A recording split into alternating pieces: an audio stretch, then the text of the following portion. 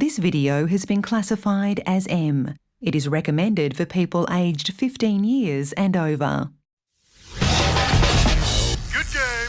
Personal data collection is the key commodity. You are no longer an individual. You are a data cluster bound to a vast global network. Watchdogs was easily the most impressive new IP we've seen at this year's E3. Tell us about how you came up with the idea for the hacking concept, the modern style of this game. Well, actually, it's interesting. Like, it's one of those typical bar discussion, right? We started to talk with each other and basically talk about technology and how cities are being run.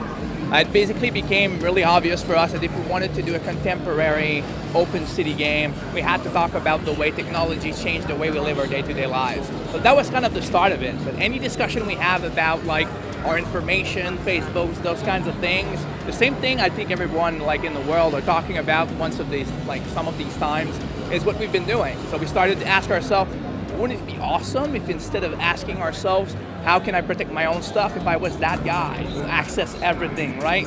And suddenly we started to implement that in the game, and really rapidly it felt like the people on the street were no longer robots following like sidewalks and stuff like that. Like suddenly they had wives, they had children, they had stories. We used that against them to get information out of them. So like we end up with a game where we play hated fierce and then shaped by violence and obsessed with surveillance. And he's not that kind of guy who's gonna come at you, beat you to death so you talk. He's gonna show up in a room with an envelope, he's gonna slide it on the table and he's gonna say, you're gonna do exactly as I say or I'm gonna shut down your life. I'm going to find you and expose you to the world. And the player, by sliding that envelope, will know they spent 2 hours like getting the information, killing people, staging murders. So that kind of guy who has that kind of power can do a lot of damage to conspiracy into a city for today's setting. So we thought that was really exciting to go that route.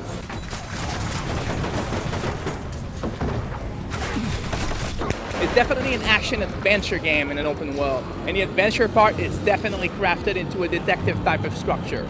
And it appears as to have that structure to tap into people's lives to learn what's going on. So you're going to be able to dismantle the corruptions of Chicago. If I ask myself, like, if I was invisible, where would I want to be to listen to people talking when they're offline? Let's go invisible anywhere you want and start listening to what the truth is behind. From a vision standpoint, what we asked ourselves is, how can we be more Michael Mann than Michael Bay? It should be more about the human drama. If we cause an accident, there's people behind the wheel. It's not about like saying, oh, awesome, an accident.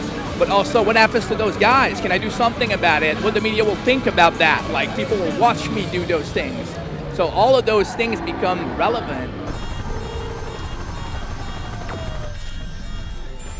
You have storytelling and you have narrative, which are two different words for us. Like, a narrative is what you find in the world, and that's very important in an open world game. Like, if you want to dig into a world, you want to make sure you understand that if you're in Chicago, you're really in Chicago. Who are those guys? So we went there, not only for the graphics and all of that. I think everybody knows that these days if they really want to make a city.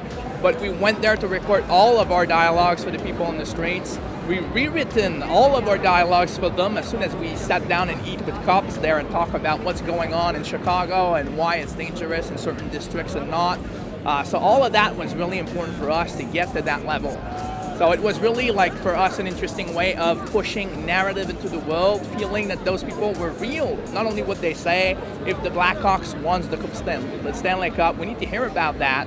If there's a lot of surveillance cameras, and there is a lot in Chicago, how people feel about it. Like, you need to be able to tap into that. As you come to the real story, as seamless as possible. We want to avoid those little thing where you go to a point, meet a man, then go to the mission and play the mission. Every time you meet a man in our game, like when you get into the theater to meet Jordy, it's already gameplay. Cinematic is a reward for gameplay, not the other way around. So it makes the seamless feel a little bit more like a linear game in terms of pacing. And then when the player wants to get out of it, then he can dig into a bunch of other stories using the monitoring itself. So it creates the perfect structure, we believe, for us for now. I like it. A lot of people have different interests into what stories should be in games. I've explored both. Like I went really hardcore on Far Cry 2 to do open stories and all of that to the maximum. What I like to see now is more of it's weird to say, but it's like a painting. If you watch a painting, there's what the artist wanted you to think, but he's never going to tell you that. If he tells you that, it ruins your experience. You see what is there and you interpret it your own way.